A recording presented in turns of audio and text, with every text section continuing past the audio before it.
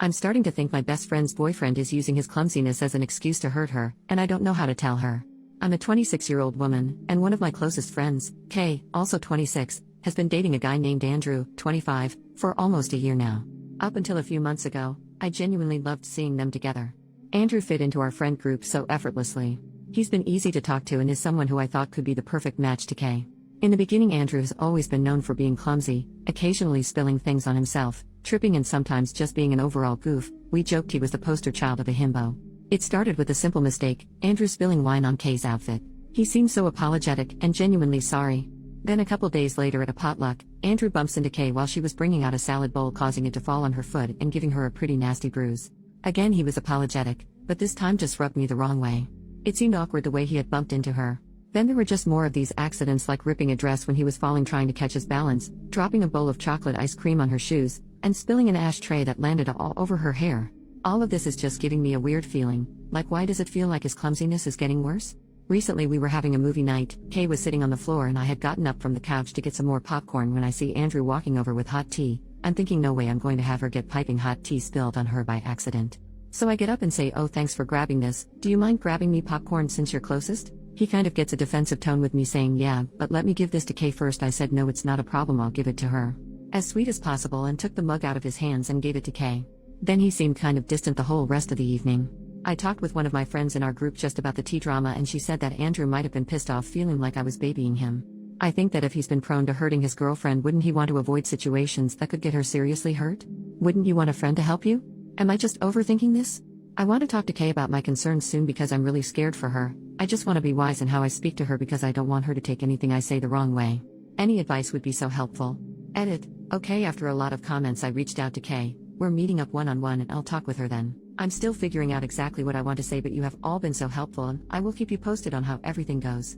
Update. The next day. Hi all. This evening I got a text from Andrew. It seems my friend, who I'll be referring to as Sarah, had told him about the tea situation. He texted, "Hey, just wanted to reach out and let you know that I wasn't pissed with you." I played it cool and just replied, "Hey, no problem man, just wanted to make sure all was good with you." He messaged me back that lol. Yeah, why wouldn't I be? I left it alone after that. I reached out to Sarah and asked how the story was relayed to him, and she explained that it sort of came up in conversation. She had told him that I hadn't meant to baby him and hoped I didn't make him pissed by taking away the teacup. Sarah is a fixer and I think she just wanted any conflict between us to be resolved. While I know she was coming from a good place, I am a bit frustrated to have my words twisted into what she believes happened. I messaged Kay and we are still hanging out either early Monday or Tuesday. She seemed to be fine with me. We had a quick call, but she seemed less talkative, which has me nervous. I really hope I didn't screw everything up. After a lot of comments, I've decided I'm going to be careful with my wording. A lot of you have pointed out Andrew could have a medical condition. While I'm a bit skeptical, I will keep this in mind. Hopefully my concerns can be addressed in a way that flows with our conversation. Thank you all for your feedback, even if some was harsh, and to all who have shared DD stories, I'm so sorry you had ever received any mistreatment. You deserve happiness and safety. I'll be posting an update as soon as we have our talk or anything changes. Edit. For clarification, he's only being clumsy with her. In fact, I'd say it's become more focused on her. Sorry, should have been more clear in my writing. Andrew's clumsiness, while apparent, was always self-inflicted, like a small spill or mostly tripping a bit over his feet. It's been only recently with his behavior it's become more pointed towards Kay. Like he's rarely been him being the injured or spilled on party, it's now been only Kay. Relevant comment, does he do it when she's particularly proud of or happy in an outfit? OP, the dress he ripped was one of her favorites, and she had to go home early because it ripped in the cleavage area and she was more so embarrassed. The ashtray being dumped on her hair was when she was wearing her hair natural, curly, when she mostly straightens it. But she'll have her hair natural randomly and nothing happens. Also, he totally ruined her white heels with the chocolate ice cream. OP realizes something a few comments later. That's something I've been thinking about, and writing it all down I just realized, all the accidents have to do with her looks. Spilling on her outfits, bumping into her when she's wearing a dress, chocolate ice cream on her shoes, those were white heels. I know that's just speculation. Someone else said it could be a Munchausen by proxy situation. Overall just solidifies that I just need to talk to her, which I am this week. Also, her reaction to these accidents is always quick to try to move on. She is somewhat introverted and doesn't like attention, so she's just quick to say she's fine and move on from it. She'll tell Andrew that she forgives him and just to be careful. Commenter, this seems sinister because it seems like he's trying to see what he can get away with. OP, that's what has been hard. I felt like I've been the only friend to notice. Like no one else seems to want to believe that Andrew's doing this on purpose because we've known him to be this clumsy guy. I mean, who wants to believe someone's doing this on purpose? Commenter, does this happen in front of others or also with just the two of them? From what I understand, he's always had these accidents in front of friends, not when it's the two of them. And whenever it happens, he gets really apologetic and he's never laughed about it. But it just feels so weird, like he's being so over the top, like he once said, "I would hate myself if I seriously hurt you." I don't know, that just came off so odd to me for his usual character, who is typically a silly guy. Update: 3 days later. Hi all, sorry for the delay, a lot has gone on. So I talked to Kay this morning. I started off the conversation normal, when Kay says, "Hey, why were you concerned about Andrew bringing me tea?" I just say I had noticed he'd been more clumsy lately and I wanted to avoid either of you of getting hurt. She was quiet for a bit, then asks me, "Do you think it's odd how he's been acting?" Considering all your advice, I respond with, "I care about you and want you to be safe. I don't want to hurt you or Andrew, but I feel like most of the accidents have come at your expense. I don't want it to get to a point where you have a worse injury." This is when Kay burst out crying like I have never seen. After composing herself enough to talk, she says she's been so suspicious of how these accidents have been centered around her and how validating it was to have someone feel the same way. It's been causing her a lot of anxiety, and she felt so relieved when I took the teacup away from him. She has tried to suggest to Andrew that he should go to a doctor, but he just says he's perfectly fine. Kay is not confrontational, so she just drops it. She said how recently Sarah, Andrew and her were all hanging out together. Sarah told Andrew I was so upset about how he was hesitant to hand me the teacup, a completely different story from what Sarah told me. I have been more open with my emotions in my post due to my anonymity, but in person I was very casual about the situation. I said something along the lines of, "Hey, did you think I upset Andrew by taking the tea when I asked him to get me popcorn? I hope I didn't come off rude." Then Kay told me something really disturbing, how during this conversation Andrew and Sarah started joking about Kay being a battered wife. How ridiculous the idea would be if Andrew was really abusing her, and some really dark jokes. This had Kay feeling like she was crazy to think that these accidents might be on purpose. Also, they had said some things about me that made her so upset she couldn't even tell me. Kay said she's felt trapped, living with him, and how he's intertwined in our group. She felt like she needed to wait to have proof he was faking it to make it worth a bunch of drama. I feel horrible that she's felt so alone in this. I was pretty blunt and just asked, "Do you still love him?" She responded, "I don't. I think I don't even like him anymore." So we talked about the best way for Kay to leave Andrew, being as safe as possible. Kay called in sick to work and we went over to her house and talked with our friend Leah, her roommate. Andrew was out at work, so we quickly moved all their things into Leah's room. She has a key to her door.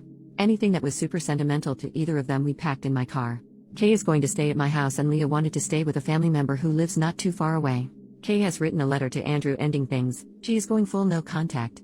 She set a date that she expects him to leave. He moved in with them so he doesn't have his name on the lease. Our friends Mike and Corey will be staying at the house. This is to ensure nothing will be damaged due to an accident, also to let Kay and Leah know when it's safe to come back. Thank you all so much for your advice. Tomorrow I plan to go on a little shopping spree with Kay, doing everything I can to alleviate her anxiety. So far we know Andrew has seen the note and is packing to leave. So far so good. If anything happens I'll be sure to update you all. Relevant comment: what the heck is up with Sarah? OP, this is what is so odd to me. I said Sarah was a fixer because she has always been the mom friend wanting everyone to be safe and happy. I've never noticed anything between them, just normal banter we all have with one another. I just don't know why she's going to bat for him so hard. We had a call where she was very mean, to put it mildly. She was very angry at me, like I was the one who caused all this, as well as some very personal attacks. I think Andrew is telling her something because this isn't who I knew her to be at all. Or maybe she has always been but has simply masked it? Commenter number 2. Did Kay ever tell you what Sarah said about you? OP, I told Kay vaguely about what Sarah said on the phone call and asked if it was similar and she confirmed. Being vague as possible, it has to do with my family's issues with addiction and situations happening due to that. I had told our friends in confidence, knowing she's used it to weaponize it against me, and has told Andrew has my skin crawl. Commenter, what was your other friends' reactions to Kay and Sarah? All of our friends, except Sarah, have been a huge help in Kay's healing during this time. It's been amazing to be a part of and witness. We've all since blocked her. Her comments towards Kay and me have not been tolerated by our group. Hopefully this is the wake-up call she needs. Final update. First off, Kay is safe. I want to thank everyone for their advice, it has been a huge help. Per someone's comment, we got that detector that finds hidden cameras. Mike and Corey searched everywhere and found nothing. They also have searched for spyware on Kay's phone and laptop, also looked for tracking devices, and nothing was found. Locks have since been changed, and after a lot of consideration Kay and Leah have decided to not move due to financial reasons. But for their safety they've decided to have Mike live with them. He works remote so he doesn't have to leave for work and will be at the house most of the time so Kay or Leah wouldn't be home alone. Corey got a Ring camera for Kay. Also our friend group have code words and safety questions with Kay, which I really recommend anyone leaving a DV situation to do. So last week Sarah had dropped by one of our friends' house to leave a letter for Kay in her mailbox. It was very odd. It was written from both Sarah and Andrew's perspectives, saying how hurt they were, that the way they have been treated was so unfair, that it isn't healthy to go from being someone's everything to just shutting them out entirely. They said how they were happier without outside influences and hoped Kay could find the freedom they had found together. They stated a lot of gross comments about personal struggles of myself and others in the friend group to paint us as crazy people. They ended it with how they just wanted to move on, that this was their goodbye and that they would welcome her back if she ever wanted to reach out to them but would respect her wishes to go no contact. We all don't know if this is their way of saying they're together or what. It's incredibly odd. Some of our friends think it's an invitation to an open relationship. Either way, we haven't heard from them since. Kay has opened up with her counselor and us about her stories with Andrew. She has come to believe his accidents were a tactic to control her appearance. Apparently he had a thing for a certain aesthetic and would want her to dress in that way. Behind the scenes he would remark how her looks wouldn't show off her figure and how it would be more flattering for her to wear certain aesthetic, because it would just look better. He would even make jokes about her outfits and overall style. When she would tell him to stop, he would get apologetic and say he was just trying to be funny. There are other factors as well, but those risked Kay's anonymity, but all revolved around her appearance. Kay is amazing. She has been so strong throughout this process. She said it feels like a heavy burden has been lifted. She is truly special and she deserves true peace and happiness. Our friend group has really gone above and beyond to support Kay, which is the least we can do. Thank you all for pushing me to say something. It validated what Kay and a lot of our friends were feeling. I will let you know if anything changes, but hopefully Sarah and Andrew will leave Kay alone.